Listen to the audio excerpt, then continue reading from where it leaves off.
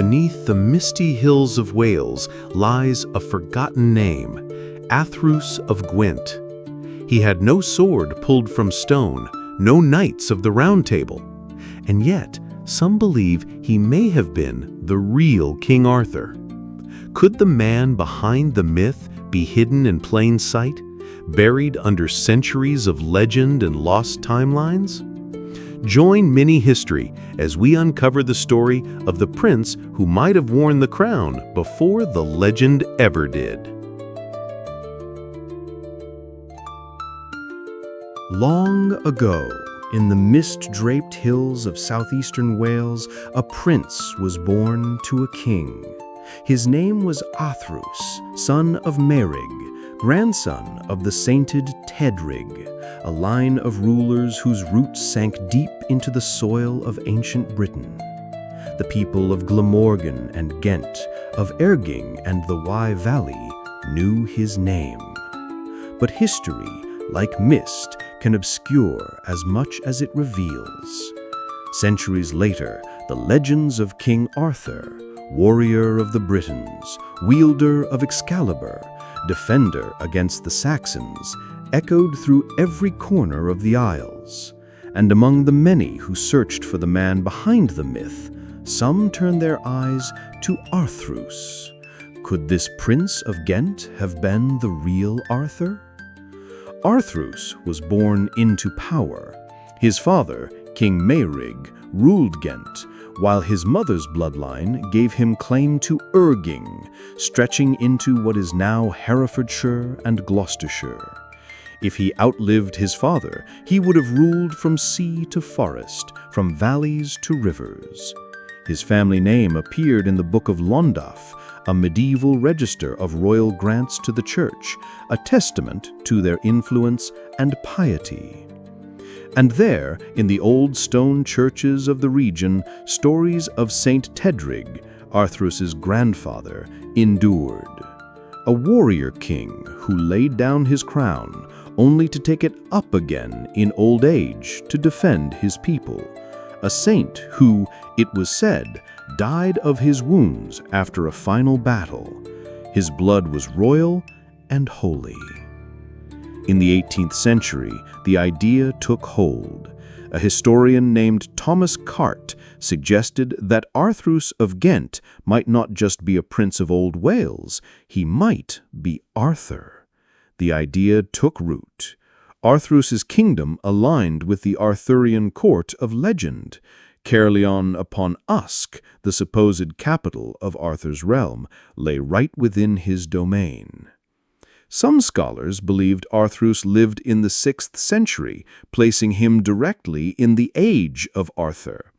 His name, Arthurus, seemed close enough to Arthurus, the Latinized Arthur, to stoke the imagination. His lineage, his lands, even his grandfather's warrior saint legend paralleled the great Pendragon myths. But time and evidence are fickle companions to memory. By the early 20th century, the theory lost favor. Scholars argued that Arthurus likely lived in the 7th century, not the 6th, 100 years too late. The Annales Cambriae, a Welsh chronicle, recorded the death of his probable grandson's son in 775. Working backward, Arthurus had to belong to a later time. Worse, there was no epic saga tied to his name, no victories against Saxons, no stirring battles sung by bards, no Camelot. Some even argued that Arthurus may never have ruled at all, that he died before his father, remembered only in lists, not in legends. And his name? Linguists linked Arthurus to Antrus or Andres, names found in variant medieval documents. If the name itself was off, could the theory survive? But the land had not finished speaking. On a windswept hill above southeast Wales stands Dinas Powys, once believed to be a Norman fortress. Recent digs unearthed stone walls from the 6th or 7th century, meant not for war, but for a king. The site wasn't a village, it held space for only one elite household, a royal one. Jewels, pottery, and precious imports buried in its soil revealed a center of wealth and tribute. It was not just a fort, it was a throne, and it lay squarely in Arthur's homeland. Chronologies rewritten, stories reawakened. As the stones of Dinas Powys offered new testimony, historians revisited the old dates. Could the timeline be wrong? Some argued yes. Names like Fernfael and Ithel, used repeatedly in the dynasty, might have been confused in the old records. If so, Arthurus might not have lived in the 6th century after all.